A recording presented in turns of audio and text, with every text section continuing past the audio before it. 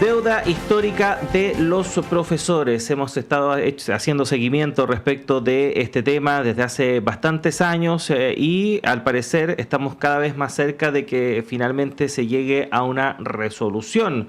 Luego de este acuerdo alcanzado entre el gobierno y los docentes, resta saber qué es lo que va a ocurrir en el Congreso con el proyecto de ley que se envió y que busca entregar este bono reparatorio de aproximadamente 4,5 millones de pesos. Bueno, para profundizar en este tema, estamos en contacto a esta hora de la mañana con el presidente del Colegio de Profesoras y Profesores, Mario Aguilar, a quien le damos la bienvenida. Mario, ¿cómo le va? Muy buenos días, gracias por estar con nosotros.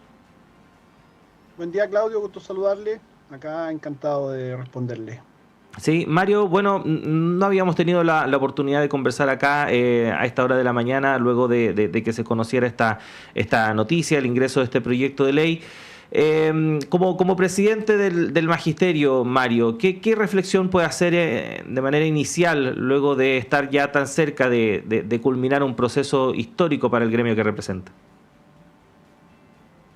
Bueno, la verdad es que 43 años desde que se produjo este despojo, que fue en dictadura, y haber pasado tanto tiempo, la verdad es que es la parte triste de la noticia, el que haya tenido que sufrir tanto nuestros colegas por llegar a un poco de justicia, pero por otro lado también la persistencia, la actitud de mis colegas de nunca ceder en la demanda, nunca aflojar cuando hubo tanta, yo diría, menosprecio incluso de algunos gobiernos que llegaron a decir la deuda histórica no existe, déjense de joder, hasta cuándo insiste con ese tema, si ustedes saben que esto nunca va a tener solución, etcétera, etcétera, frases de ese tipo que recibimos durante todas estas décadas. También es una reflexión a qué pasa en nuestro país que cuesta tanto que se haga un poco de justicia, porque lo que hay ahora es un poquito de justicia. Yo lo dije incluso en la ceremonia oficial, con el propio presidente presente, y diputados, senadores, gran parte de la clase política ahí presente. Yo dije, esto es un poquito de justicia, que valoramos sin duda, que valoramos que por primera vez un gobierno haya hecho una propuesta concreta, pero es una cifra bien modesta y en un plazo que hubiésemos querido fuese menor, pero valoramos que por primera vez, un gobierno tuvo la decencia de dar una solución. ¿Qué pasó antes? Nunca hubo esa disposición y bueno, tenemos en ese sentido sentimientos encontrados por los que se fueron y no van a tener justicia, por tanto que se sufrió en todos estos años, pero finalmente estamos arribando a una propuesta, esperamos que sea ley pronto. Esto fue aprobado por nuestros colegas en una consulta, por lo tanto, por los directamente afectados. Quienes participaron de esta consulta fueron los directamente afectados. Participaron en un gran número, 27.000, más de 27.000 expresaron su opinión, a pesar de ser personas de tercera edad, algunas de muy avanzada edad, y sin embargo fueron a votar y a manifestarse, y aprobaron en un 82% el que nosotros como gremio aceptáramos esta propuesta que el gobierno nos hizo. Mario, ¿cómo proyecta el trámite en el Congreso? Al parecer habría disposición de distintos parlamentarios, de distintas bancadas, incluso de la oposición, por mejorar esta propuesta, sobre todo respecto del tema de los plazos. ¿Cómo se proyecta eso? Bueno, para nosotros sería excelente si los plazos se pueden acortar. Es una de las cosas que manifestamos, que queríamos plazos menores, pensando sobre todo que es gente de tercera edad, es gente de muy avanzada edad, y estamos hablando de personas de 99 años, 98, bueno, el primer grupo tiene sobre 81, el cronograma que el gobierno estableció o propuso señala 6 años para que esto se culmine, partiendo por el grupo de más edad, que son 15.000 en el 2025, pero efectivamente, si eso se puede acortar, para nosotros excelente. Yo hoy día voy al Congreso, vamos con otros dirigentes a exponer en la comisión. Este trámite tiene discusión inmediata, por lo tanto esto va a ser, esperamos, corto, esperamos eso, pero sin duda, si hay posibilidades de mejorar el proyecto, nosotros nos vamos a manifestar en favor, obviamente. Mario, la deuda histórica es una es una derivada o una consecuencia de un proceso que cambió para siempre la historia de la educación en nuestro país, o cómo se entendía la educación o cómo se administraba la educación, este traspaso que se hizo durante la dictadura militar hacia los municipios y que provocó una serie de perjuicios que, bueno, hasta el día de hoy la educación pública la está pagando. ¿Qué reflexión se puede hacer en ese sentido, tomando en cuenta de que efectivamente la deuda histórica no es que sea solamente una deuda hacia los profesores, sino que es el reflejo de algo que finalmente modificó para siempre lo que se entiende por educación en nuestro país? Evidentemente, muy válida su reflexión. Todo esto se origina cuando la educación pública se municipalizó. Los docentes, como funcionarios públicos dependientes del Ministerio de Educación, recibían una asignación que en forma absolutamente arbitraria y sin ningún fundamento ni legal, ni ético, ni de ningún tipo, se les dejó de pagar al momento de traspasarse a los municipios. Fue muy arbitrario, fue muy injusto y fue un golpe fuerte a los ingresos de los docentes de la época. Pero claro, como usted bien dice, esto estaba en el contexto de que la educación pública se desarticuló en Chile. En Chile teníamos una educación fiscal que se llamaba en ese tiempo. Yo alcancé a estudiar en esa educación fiscal, en un liceo con número, y era una educación absolutamente ejemplar en Latinoamérica. El sistema chileno se venía a estudiar de otros lados. Fue un esfuerzo del Estado de Chile que parte muy fuertemente a finales del 1800, pero que tiene un impulso muy fuerte hacia mediados del 19, con Pedro Aguirre Cerda, Gobernar es Educar, el Estado docente. Después sucesivos gobiernos siguieron avanzando en la cobertura de educación pública, y llega la dictadura, como hizo con tantos aspectos, y simplemente lo desarticuló. Y ese sistema que la educación pública municipalizada fue un fracaso. De hecho, ahora estamos en la desmunicipalización, una desmunicipalización que tiene muchos problemas, que no nos ha dejado conformes hasta ahora. ¿Y sabe? Pero ¿cuál es el problema que tiene la desmunicipalización actual? Que mantiene todavía muchos aspectos de esa municipalización que hizo la dictadura. Por ejemplo, financiarse mediante subvención, que es un subsidio a la demanda, que es un pésimo sistema de financiar la educación pública. Obligar a competir con los privados por captar clientes, en el fondo en eso consiste esa forma de financiar. Por lo tanto, efectivamente eso fue un impacto muy fuerte en la educación, muy dañino, y la deuda histórica es una de sus derivadas que fue ese daño que se hizo al profesorado como funcionarios de educación en ese entonces. Y 43 años después, en lo que hace a la deuda histórica, recién está viendo un poquito de justicia y un poquito de reparación, y 43 años después seguimos con los problemas de la educación pública que se originaron en aquel entonces. Uh-huh. Mario, ¿cómo abordar precisamente ahora este tema, ¿no? Respecto de la educación pública, tomando en cuenta que a los problemas ya estructurales que venía arrastrando de antes se están ido sumando otros que tienen que ver, por ejemplo, con la convivencia escolar? Hoy en día la violencia al interior de las comunidades escolares se expresa de una manera mucho más patente que en años anteriores, lo cual suma un nuevo foco de conflicto a todo este problema que por tantos años se ha abordado de manera, por así decirlo, incompleta. ¿Cómo ir avanzando en ese sentido, Mario? Bueno, efectivamente el problema de convivencia es hoy día un problema muy acuciante, muy central. Nosotros hemos puesto en el foco esa situación, lo hemos tratado de que se vea como una cuestión muy central que debe abordarse con urgencia, y estamos abogando por una ley que se está discutiendo en el Parlamento, que ingresó a mitad de año y que esperamos se apruebe, porque entrega mejores herramientas que las que hay hoy día para enfrentar, al menos en lo que hace a sanciones, a protección a las víctimas, en obligaciones de prevención. Pero también entendemos, a pesar de que abogamos por esa ley, creemos que puede ser un aporte, que el tema de fondo no se va a resolver con una ley. El tema de fondo es que vivimos en una sociedad violenta, es que vivimos en una sociedad que tiene muchos problemas de relación y convivencia. Los problemas de convivencia de las escuelas en realidad son los problemas de convivencia de nuestra sociedad. A la escuela llega lo que está pasando en la sociedad. Y efectivamente hay un un problema grave que tenemos nosotros como país, que tenemos que tratar de ver lo que va más allá de la escuela y que no se va a resolver únicamente con mayores penas, con más cárceles, con más policías. Eso en lo inmediato puede que sea necesario en algunos de esos aspectos que estoy mencionando, tal como digo que una ley que sancione, que obligue a los empleadores a tomar medidas efectivas de protección, que resguarde a las víctimas, es necesario, pero no es el tema de fondo. El tema de fondo es en qué sociedad vivimos.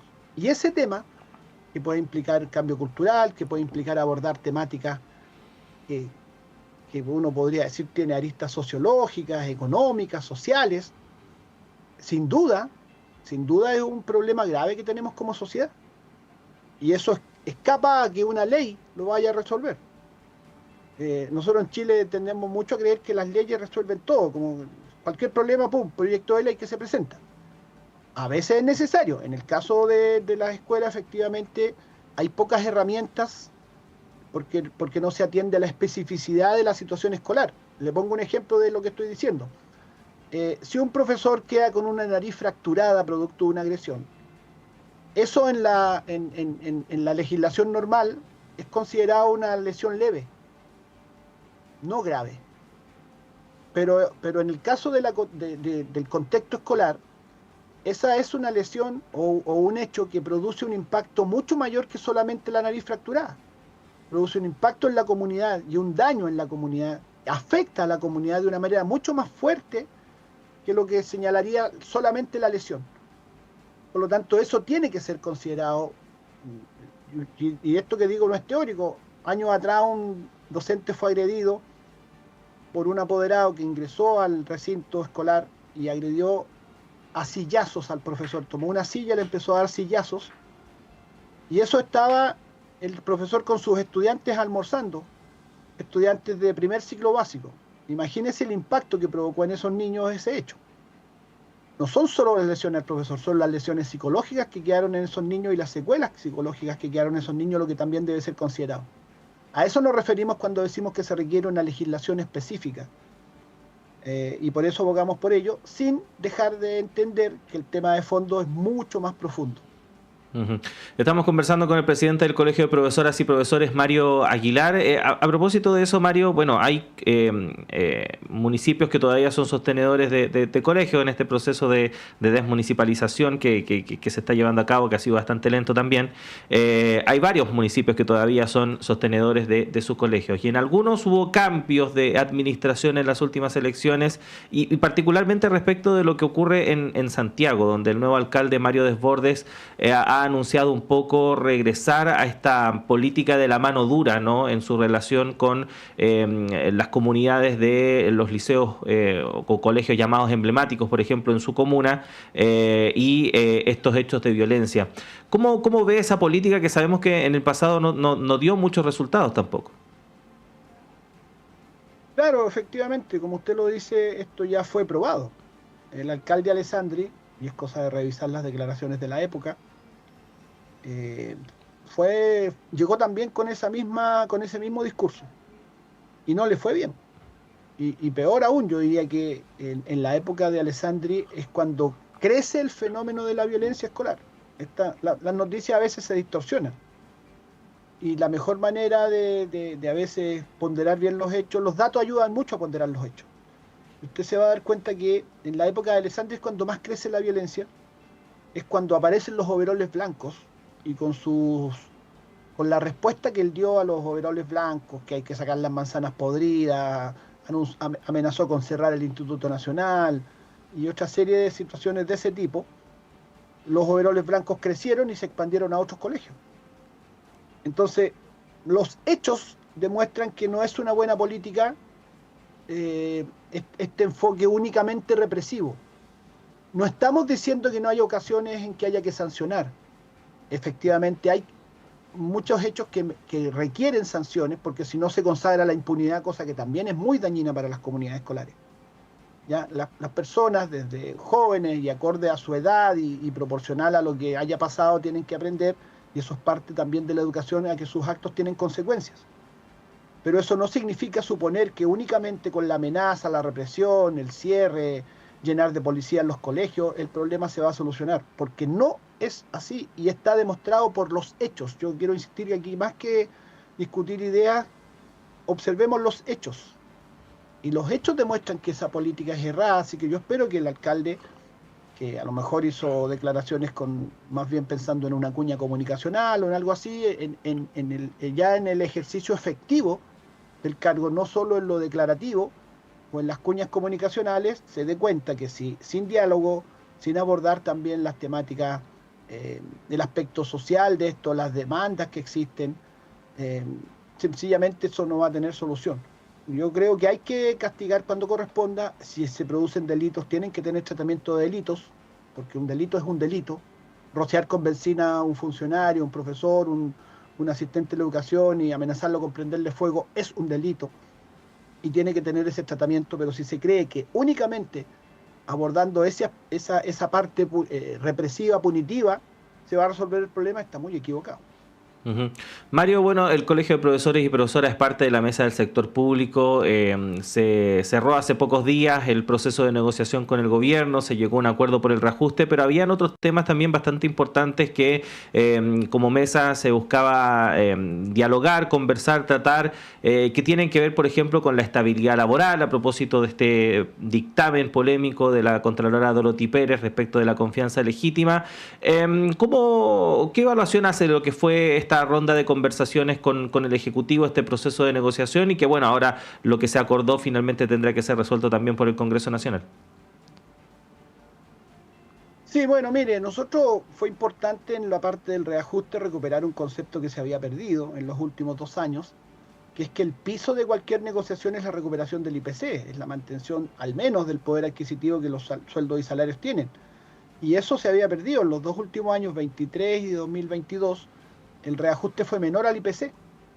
En 2022 fue el reajuste un 12% y el IPC fue un 13,5%. Se perdió sueldo, se bajaron los sueldos, digámoslo así bien en términos prácticos, bajaron porque ni siquiera recuperaron la inflación.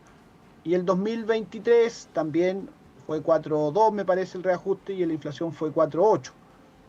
Una pérdida menor, pero pérdida al fin y al cabo. Y este año recuperamos el poder adquisitivo porque el reajuste a partir de diciembre va a ser el del IPC, más un plus que va a haber a partir de junio de un 0,7. Los bonos también, aguinaldo y bonos también recuperaron el poder adquisitivo. Y en ese sentido se normaliza un concepto que lamentablemente se había perdido. Y respecto a otros aspectos como la estabilidad laboral con este dictamen, hay un proyecto de ley que está en curso. Nosotros le pedimos al gobierno que apoye ese proyecto de ley, o al menos deje que avance ese proyecto de ley, que establece algo bien básico, no es ninguna maravilla tampoco lo que se tenía con la confianza legítima. Significa que si un trabajador a contrata, para quienes no son funcionarios públicos, existe planta, que son personas que tienen, una estabilidad en el cargo mayor, y los contrata, que son contratos que se hacen año a año y por lo tanto son muy inestables. Pero el Contralor anterior había establecido un concepto que es que si usted tenía más de 2 renovaciones, una tercera renovación le daba cierta estabilidad, porque para poder despedirlo tenía que haber un fundamento. Eso es lo que borró la Contralora Dorothy Pérez. Y hay un proyecto de ley que recupera ese concepto, recupera eso. Mire, fíjese que esos trabajadores ni siquiera tienen derecho a indemnización. Si al año 8º no le renuevan su contrato, no tienen derecho a indemnización como tiene cualquier trabajador en el sector privado. Incluso en pequeñas empresas como las pymes, igual está consagrado el derecho mínimo de indemnización. Aquí hoy día no existe eso. Entonces, lo poquito que se había ganado en un derecho se perdió con este dictamen de la Contralora. Ahora también una Corte de Apelaciones declaró orden de no innovar, por lo tanto momentáneamente lo ha dejado sin efecto mientras se resuelve un recurso de protección. Así que nosotros esperamos que se reponga eso y que el gobierno efectivamente cumpla en el sentido de buscar una solución legislativa, que es lo que nosotros pedimos respecto de ese punto. También se ganó el bono de retiro como un derecho permanente, cosa que siempre era un asunto que cada tantos años había que estarlo peleando. Si no hay bono de retiro, para que la gente lo sepa, lo que ocurre con los funcionarios públicos, y entre ellos los profesores y profesoras, es que se posterga la jubilación a pesar de que la gente tenga la edad. porque como son las pensiones tan malas en Chile, si no hay un bono de retiro que es un pequeño incentivo, la gente simplemente sigue trabajando, y nosotros tenemos profesores de 75 años que siguen ejerciendo la profesión, y eso, a pesar de todo lo loable que puede hacer que un profesor o profesora a esa edad siga trabajando, por supuesto no es lo deseable. Lo deseable es que la gente se jubile a la edad que le corresponde, el derecho al descanso, a entrar en otra etapa de la vida y ojalá en condiciones dignas, que es lo que no ocurre hoy día en Chile, y eso además da reciclaje a las plantas.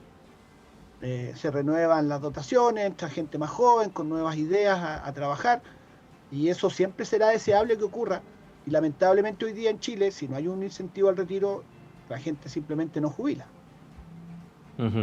Bueno, varios temas entonces que seguramente vamos a estar profundizando más adelante, Mario. Agradecerle como siempre el tiempo que tiene para conversar con nosotros y con nuestros auditores y auditoras, y vamos a estar también muy pendientes respecto de cómo se va desarrollando el debate y la tramitación de este proyecto de reparación de deuda histórica. Así que muchas gracias, Mario, que esté muy bien. Gracias, Claudio, un gusto conversar con la radio. ¿Qué piensa? Muchas gracias. Gracias a usted.